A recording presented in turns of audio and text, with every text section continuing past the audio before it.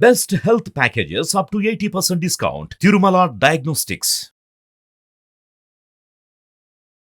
Hello వీస్ welcome to our channel. ఈరోజు మనతో ఉన్నారు మ్యాజికల్ మంజుల గారు. మ్యామ్తో మాట్లాడదాం. Hi ma'am. Hi Virat. Ma'am, మీకు ఒక సినారియో చెప్తాను, చాలా విచిత్రంగా ఉంటుంది. Okay. First of all type A, type B తీసుకుందాము. టైప్ ఏ విషయానికి వస్తే, ఇందులో ఉన్న మనుషులు ఎవరైతే ఉన్నారో వీళ్ళు లైఫ్ లాంగ్ వాళ్ళు కావాల్సిన విషయాల కోసం కష్టపడుతూనే ఉంటారు. ఫర్ ఎగ్జాంపుల్, వాళ్ళకి డబ్బులు కావాలనుకుంటే జాబ్ ట్రై చేస్తారు, జాబ్ చేస్తుంటారు, 9 to 5 కష్టపడుతుంటారు, నెల జీతం వస్తుంది. అది సరిపోతుందంటే సరిపోదు, ఎందుకంటే ఆశలు అవి పెరిగిపోతూ ఉంటాయి, వాళ్ళకి అవసరాలు కూడా పెరిగిపోతూ ఉంటాయి.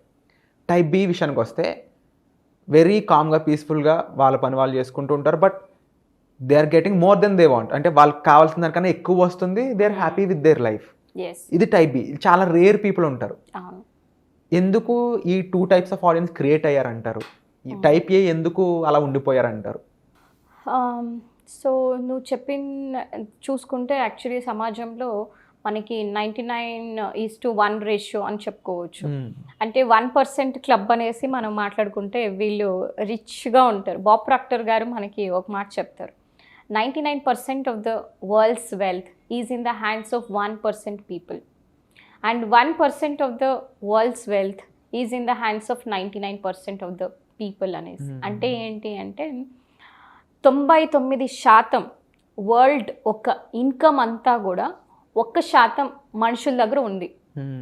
నువ్వు చెప్పినట్టు టైప్ బి వాళ్ళ దగ్గర. ఇంకొకటి ఇంకా 1% ఆఫ్ వరల్డ్స్ వెల్త్ అంతా కూడా ఎక్కడుంది అంటే 99% పీపుల్ దగ్గర ఉంది. అంటే ₹1 99 మందికి ఇచ్చారు, 99 రూపాయలు ఒక మనిషి దగ్గర ఉంటుంది. అది రేషియో అనమాట. మనకి లేమెన్ అంటే ఎవరికి తెలియని భాషలో మనం సింపుల్గా చెప్పాలి అంటే, అందరికీ అర్థమయ్యే విషయంలో చెప్పాలి అంటే ఇలా. ఎందుకు ఆయన ఆ మాట అన్నారు అంటే, సో లాస్ట్ 3 months కూడా నేను కూడా కొంచెం ఎక్కువ డీప్ వర్క్ చేస్తూ ఉన్నా. సిన్స్ యూ నో దాట్ నేను ఎక్కువ లెర్నింగ్కి ఎక్కువ వాల్యూ ఎక్కువ ఇస్తాను. ఎక్కువ నేను నా మైండ్ మీద, వేరే నా స్టూడెంట్స్ మైండ్ మీద, యూజువల్గా సొసైటీలో ఎట్లా నడుస్తుందో దీని మీద రీసెర్చ్ చేస్తుంటే నాకు తెలిసింది ఏంటి అంటే, we are all hypnotised to be mediocre, to be in poverty. అది ఎలానా? సో హిప్నోసిస్ అనేది మనం తెలుసుకుంటాం. Since I'm a hypnotherapist. నేను మీకు సింపుల్గా చెప్తాను. నేను ఇది 2020లో చేశాను. అంటే ఏంటి, అందరికీ తెలుసు, ఒక హిప్నోథెరపిస్ట్ ఏదైనా చెప్తే వాళ్ళు వింటారు, అంతే కదా. ఇప్పుడు నువ్వు కళ్ళు మూసుకుంటే కళ్ళు మూసుకుంటారు, కళ్ళు తెరు అంటే కళ్ళు తెరుస్తారు, అంటే అదే కదా, ఏం చెప్పినా అది చేస్తారు అని అర్థం. చాలామందికి చిన్నప్పటి నుంచి మనల్ని ఏం చేశారు పేరెంట్స్? కష్టపడు, చదువుకో, నువ్వు ఇది తిను, ఇలా మాట్లాడు, ఇలా చెయ్యి. ఏం జరిగింది? Unconsciously we are all hypnotised and we are living in the trance. Hypnosis చేసినప్పుడు ఒక ట్రాన్స్లో మనం ఉంటాం కదా, ఒక మత్తులాగా. ఇప్పుడు అలా ఉంటున్నాం. నువ్వు ఎవరినన్నా చూడు, వాళ్ళు మత్తులోనే ఉంటున్నారు. అంటే మనం అనుకోవచ్చు వాళ్ళు అలైవ్గా ఉన్నారని. మత్తులో అంటే ఏం మత్తులో ఉన్నారు? మనం ఏదైతే నేర్చుకున్నామో ఆ మత్తులో ఉంటున్నారు మనుషులంతా. అదే నిజమైన జీవితం, అదే నిజమని వాళ్ళు నమ్మేస్తున్నారు కదా. అంటే ఏంటి, మన అమ్మ ఏం చెప్తుంది, డబ్బులు ఏమైనా చెట్లు కాస్తాయా, డబ్బులు చూసి ఖర్చు పెట్టుకో, ఎక్కువ ఖర్చు పెట్టద్దు, డబ్బులు నీళ్ళలాగా నువ్వు వేస్ట్ చేస్తున్నావు, అసలు డబ్బుల్ని దాచిపెట్టుకోవాలి, ఎక్కడి నీకో వస్తుంది డబ్బులంతా కూడా కష్టపడితేనే, చెమటోర్చి కష్టపడి స్వెట్ బ్లడ్ దాన్ని ఏమంటారు, కాంప్రమైజ్ చేస్తేనే నీకు డబ్బులు వస్తుంది, లేదంటే నీకు డబ్బులు రాదు. ఏం చేస్తున్నా? నీకు ప్రోగ్రామ్, టీవీ ప్రోగ్రామ్ అంటారు. ప్రోగ్రామ్ ఏం చేస్తున్నారు? నీ సబ్కాన్షియస్ మైండ్కి ప్రోగ్రామింగ్ ఇస్తున్నారు. హారర్ చూపిస్తారు, మనం ఏం భయపడతాం, ఏదో వస్తుందని. నిజంగానే అవుతుంది. ఒక యాక్సిడెంట్ చూస్తాం, అవుతుందేమో అనేసి మనం కార్ నడపడమో బైక్ నడపడమో చేస్తాం, నిజంగానే అవుతుంది. So what you are doing, you are negatively getting hypnotised. Hypnosis bad కాదు, నెగటివ్గా మనం హిప్నోటైజ్ అయిపోయాం. సో ఇప్పుడు ఈ టైప్ ఏ వాళ్ళంతా కూడా ఏంటి, ఆ హిప్నోసిస్ ట్రాన్స్లోనే ఉన్నారు, అదే నిజం అనుకొని నమ్మేస్తున్నారు. మేబీ అది మీ అమ్మగారికి నిజమేమో, మీ నాన్నగారికి నిజమేమో, కానీ నీకు కాదు కదా. ఇమాజిన్, నేను కూడా మా ఫాదర్ సంపాదిస్తున్నట్లే నేను అనుకొని, లేదంటే మా మదర్ కూడా ఒక హౌస్ వైఫ్ సింపుల్గా అనుకున్నట్లు నేను ఉంటే, definitely I'm not here sitting in front of you కదా. సో ఏంటి, మనము మన తల్లిదండ్రుల యొక్క నమ్మకాలు కాదు, వాళ్ళు జస్ట్ వాళ్ళ బిడ్డలం అంతే. You do not have to believe what your mother believes. It is her belief. God bless her.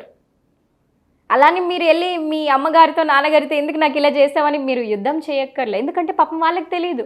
They are also got hypnotised by their parents. So we are all victims of victims. ఓ వాళ్ళు బాధితులు, నేను బాధితుని, నా జీవితం ఇంతే అనేసి ఒక దిక్కు తోచని పరిస్థితిలో ఇప్పుడు చాలామంది ఉన్నారు. అందులో మన తెలుగు వాళ్ళు ఉండడం అనేది ఒక బాధాకరమైన విషయం. నువ్వు పిలవగానే నేను ఎందుకు రావడం అంటే కూడా this is the one of the reason. So because people need this is the authentic education. ఒక నలంద యూనివర్సిటీలో ఒకప్పుడు కూడా నీకు తెలుసు, మనం తక్షశీల ఒక నలంద యూనివర్సిటీ కోసం రావాలి అనేసి ఎన్నో దేశాల నుంచి వచ్చి నేర్చుకునేవాళ్ళు. అటువంటి ఒక చరిత్ర కలిగిన ఒక గొప్ప దేశం మన భారతదేశం. ఇప్పుడు దురదృష్టవశాత్తు ఇక్కడ జ్ఞానం లేదనేసి ప్రపంచవ్యాప్తంగా ఉన్న ఒక యుఎస్ఏ, జర్మనీనో, నెదర్లాండ్స్ ఇలా డిఫరెంట్ కంట్రీస్కి వెళ్తున్నారు. సో రైట్ ఎడ్యుకేషన్ అనేది ఇక్కడ ప్రాబ్లం. అంటే ఇక్కడ ఎడ్యుకేషన్ అంటే ఏంటి? ఏదో ఇన్ఫర్మేషన్, మ్యాథ్స్ చదవండి, సైన్స్ చదవండి, సోషల్ చదవండి అంటున్నారు. కానీ ఒక పర్సన్ తనకి ఫైనాన్షియల్గా ఎలా ఎదగాలో తెలీదు, రిలేషన్షిప్స్లో ఎలా డీల్ చేయాలో తెలీదు, ఒక హెల్త్ని తను ఎలా డీల్ చేసుకోవాలో తెలీదు. ఏదైనా ఇష్యూ వచ్చేస్తుంది, స్ట్రెస్ అయిపోతున్నారు, డిప్రెషన్ అయిపోతున్నారు. So there is a lack of mental education. Mental health గురించి ఎవరు మాట్లాడట్లా, ఎమోషనల్ హెల్త్ గురించి మాట్లాడట్లా, ఇంటెలిజెన్స్ హెల్త్ గురించి మాట్లాడట్లా, స్పిరిచువల్ హెల్త్ గురించి మాట్లాడట్లా. Only we are talking about the physical health. So guess what, there is a issue. So మన education సిస్టంలోనే చాలా తప్పులు ఉన్నాయి. అది సరిదిద్దుకోవట్లేదు అండ్ మనం కొత్తగా నేర్చుకోవాలి అని అనుకోవట్లేదు.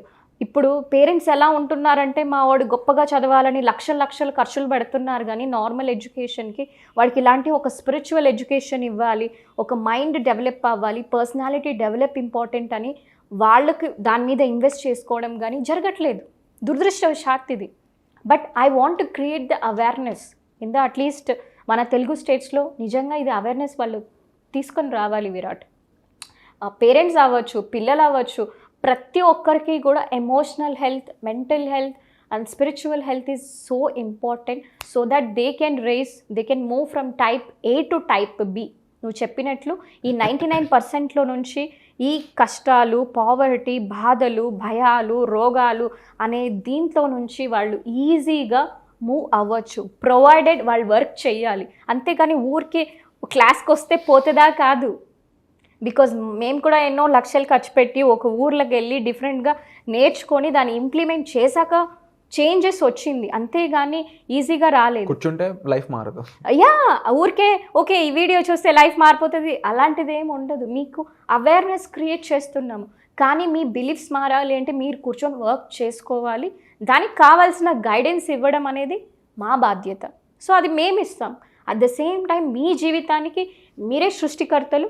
అది ఎలా అని మా దగ్గర నేర్చుకొని ఇంప్లిమెంట్ చేయండి.